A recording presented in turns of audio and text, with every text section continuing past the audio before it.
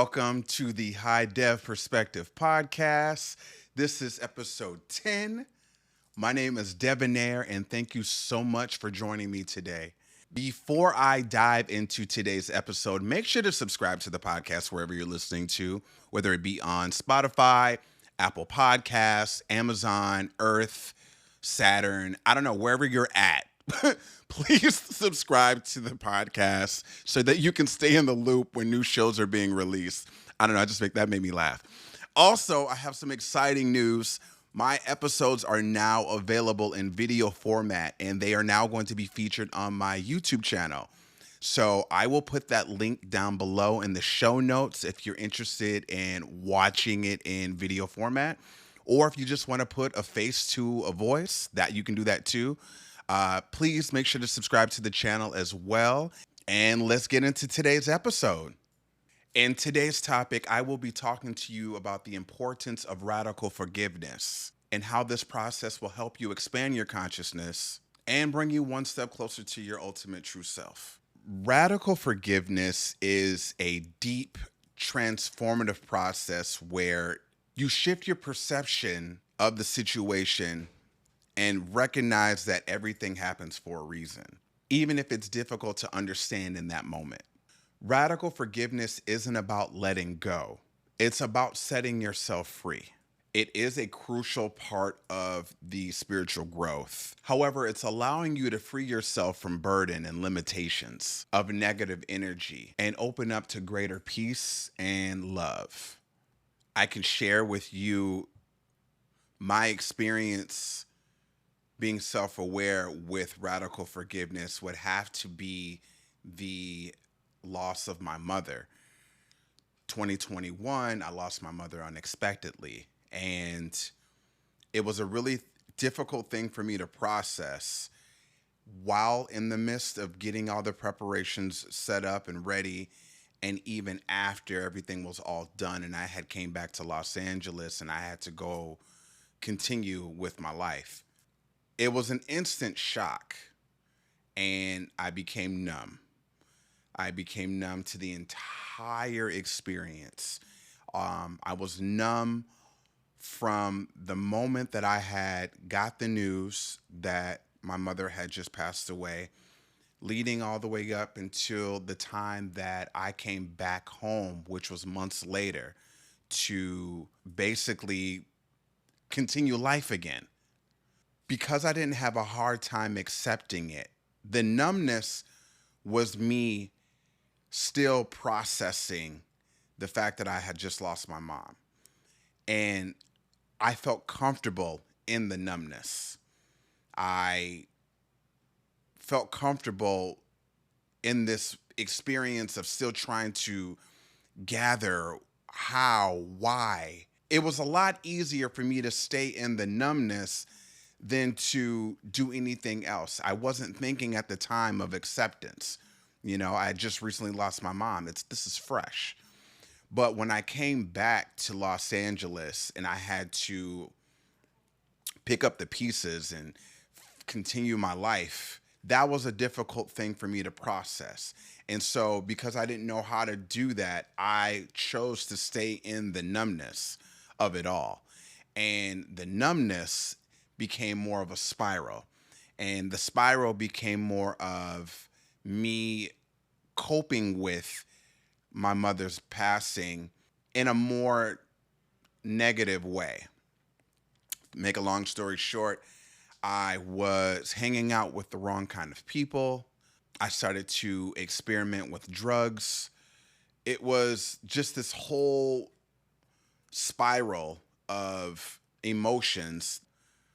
I was afraid that if I were to seek help, they were going to allow me to erase the image of my mother. And I didn't want that.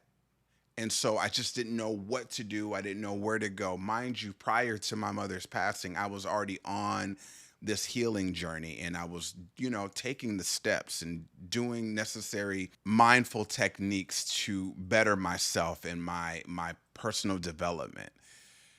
But then in that moment that I had got the news that my mother had passed away, all of that just kind of went out the window.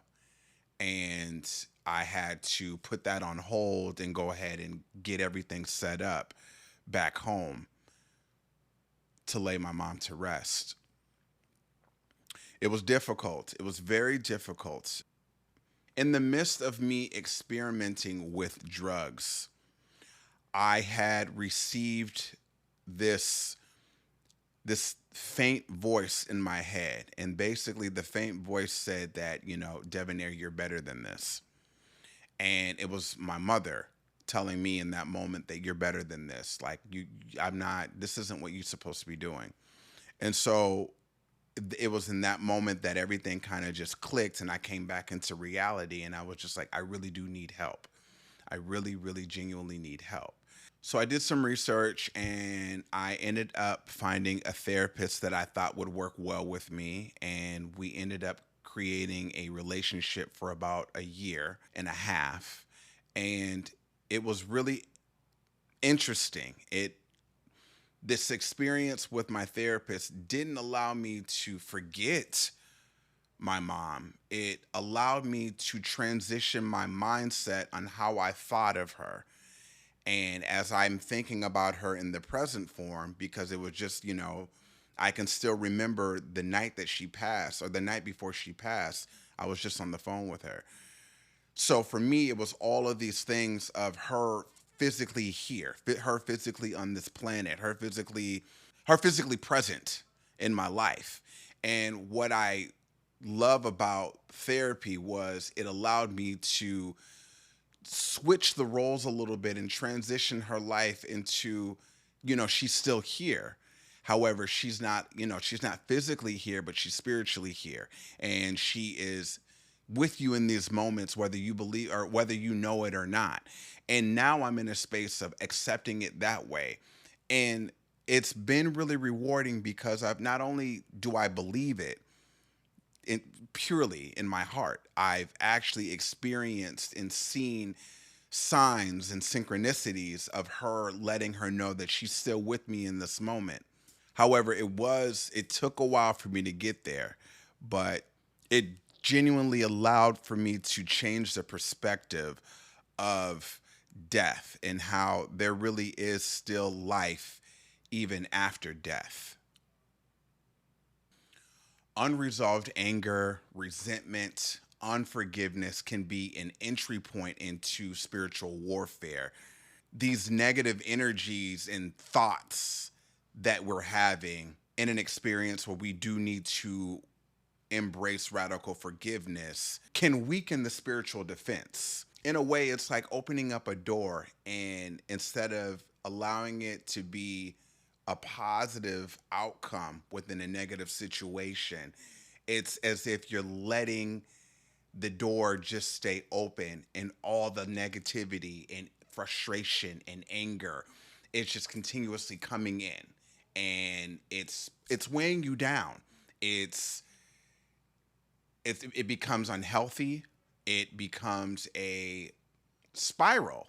In my case, with my experience losing my mother, because I wasn't in a space of accepting it, I chose to deal with the dark of it and these memories and holding on to what we once had, and not looking at it like, well, being thankful and grateful for the experience that I did have with her and how she's made me into the person that I am today, and how I've persevered and I'm in a space right now to share this story. I didn't think about it like that. That wasn't even a mere thought in my mind. And so when a negative situation, that's how spiritual warfare comes in. I talk about this in my last episode. Essentially, with spiritual warfare, it's just this allowance for dark and intrusive and negative thoughts to come in. And what typically happens is if you allow them to succumb and take over you, your mindset and your mental are being affected. And they're being affected in ways where you're allowing yourself to, you're not taking your power back. And that's what I was doing. I felt as though I was just giving my power away because I was in a weak state. Like I said, I had just lost my mom. I'm not thinking about coming back home and going back to work. I'm not These aren't things that are on my mind. When you lose someone, especially your mother, you'll never know until you experience it. For somebody who has experienced it, I came back home and I felt lost. I felt hopeless. She was, in a way she was my biggest supporter. And I felt like in that moment that I had just lost that. Not only did I lose my mom, I lost my best friend, I lost my supporter, I lost everything in that moment. And so coming back to Los Angeles, you don't, like I said, you don't, there's not, I don't want to do anything. I didn't want to do anything. And I had to put on this facade, and it was really hard to do that and pretend that everything was great. In actuality, nothing was great. I wasn't healing. I wasn't healthy. I didn't know how to talk about it. I didn't know how to process it. I didn't know where to go. And so what I did was, like I said, I allowed myself to cope with it. And the way that I coped with it was very unhealthy. Like I said, I got into drugs and I experimented with, and I started hanging out with the wrong kind of people. I just needed the greatest escape. I needed an escape. And in my mind, I was trying to find an escape every single day until I got to that point where I was just like, okay.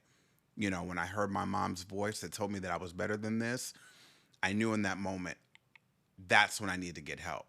I've also experienced that the way that I was even presenting myself to the world after the passing of my mother was completely different.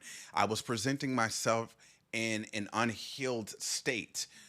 I was covering up the fact that I was broken, and I was pretending that things were just okay and that I can just continue to move on with life after this experience that I just had.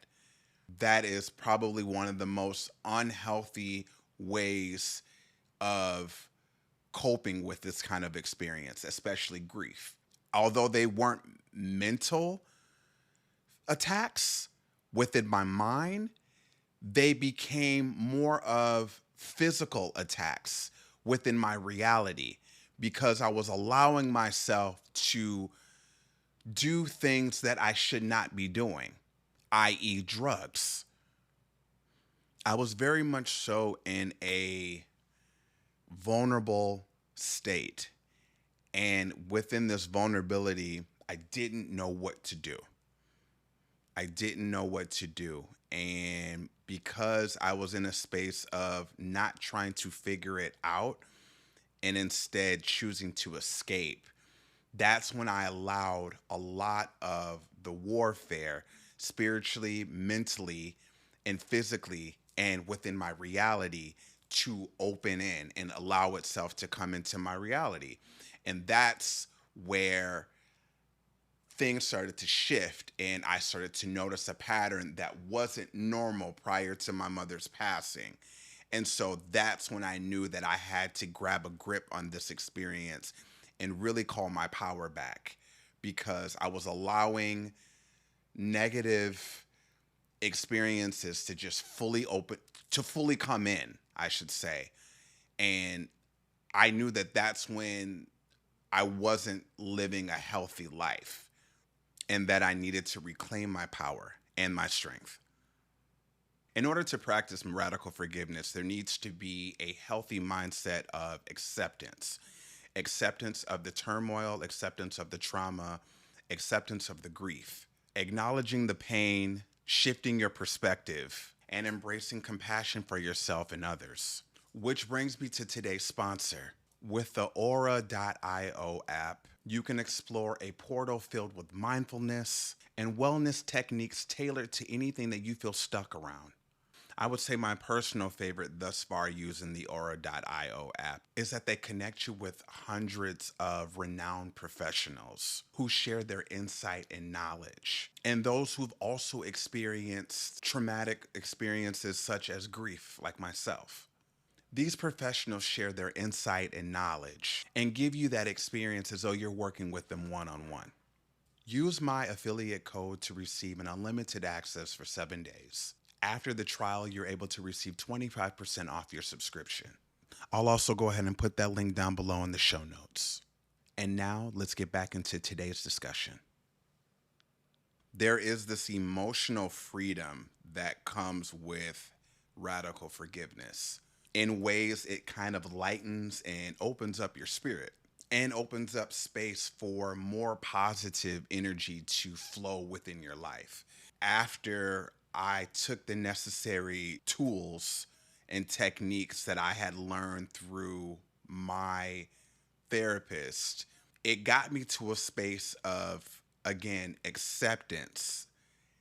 More acceptance that, again, she is no longer here physically, but she is still here with me in the spiritual world as well as in my heart. And that I can hold on to these happy memories and allow these happy memories of her to transcend within my reality today. That's just one of many tools and techniques that I learned within my experience with therapy. But there's also this greater knowing too. One, I'm no longer doing any of those things that I used to, as far as allowing that dark negative energy within the spiritual warfare of grief to allow itself into my reality. I'm now in a space on the other side and sharing my story and sharing my testimony in ways that I can also help uplift others who have also experienced what I've experienced. If you think about it in that perspective, there's a light that's coming in from the life of death. That is what I had to process and wrap my mind around and have a full, clear understanding that my life can still go on and how it can go on, knowing that I no longer physically have her here in my presence, but I physically or I energetically have her with me at all times. It's not a process that happens overnight. Again, it doesn't happen overnight because there's so many stories that I'm now in a space to share. And these stories that I hold on to, obviously they're positive, but these are the stories that continue to fill me up and fuel me and remind me that the experience that I did have with my mother is everlasting. And it's still palpable even in this moment right now. I talked about how she was my fight, and she was the strength that kept me going. And I can honestly say in this moment, she still is the strength. She is somebody who, even in her experience of her life, I am now still celebrating her life and sharing her story and sharing my story, and how losing her was such a difficult experience, probably one of the hardest experiences that I've ever had to experience within my 38 years of living. I know that she would be proud that I'm presenting my experience in a more positive manner than succumbing to letting myself go and escaping from reality. I'm now in a space where I have accepted my mother's transition. I've allowed for the peace to occur within my reality, and it's also given me a lot of clarity on the experience. I am a huge advocate when it comes to self love and healing. And when I allowed myself to get back into my healing journey, I had to do it in a different way, because before I was just working on trauma and ways that I was brought up learning a certain situation or a certain topic. And then after my mother's passing, that was a transformative experience within itself that does not even include anything that I was already working on prior. That transformative experience allowed for me to see things from a different perspective. One being that I now have a greater understanding of life and death, and how these things really do, well, one, we can't escape it. But my understanding now, I've had so much of an understanding of life that I didn't know how to process death. So now, with my mother transitioning over to the other side, I now have more of an understanding of grief and death based off of the experience that I have with my mother's transition. That has been eye opening for me because I now can see that, not only does she still live on in life, but she still lives on after death. Holding on to dark experiences and traumatic experiences such as grief will only, especially, and I'm only speaking from my experience, will keep you in a dark place, a place that you probably don't want to be. And I encourage anybody who has experienced this to really work on the necessary tools and techniques that work well for you, that you can allow yourself the acceptance of transitioning from life to death. Understand that I empathize that it's not an easy thing to deal with. And although my mother has been gone for going on 3 years now, I still relive a lot of the experiences. And one of the biggest things that I have to learn, and this is what my therapist taught me, is to hold on to specifically the good times, those happy moments. And now I'm in a space where now I can finally just really hold on to those. And there wasn't really anything bad to say about my mother, I can tell you that much. But these are the moments that I hold on to, and these are the moments that fuel me in this very moment to do what I'm doing and to keep going. That's going to wrap up today's topic on radical forgiveness. I encourage you to explore this in your own lives. And from somebody who has experienced this hands on, I can simply tell you that it is a powerful tool for personal and spiritual liberation. If you enjoyed what you've heard, please consider subscribing or following me on your favorite podcast platform. And if you really loved it, please leave me a review as it helps me reach more listeners. Reach out to me on social media at TheHighDevPerspective, and that's on Instagram, and let me know your thoughts on today's episode. Lastly, if you want me to cover a topic or you have a question that you want me to answer, shoot me an email at TheHighDevPerspective@gmail.com, and I might feature your question on an upcoming episode. Thank you so much for tuning in today. That's going to wrap everything up. Until next time, stay inspired, stay curious, stay creative, and happy healing. I'll see you next time. Peace.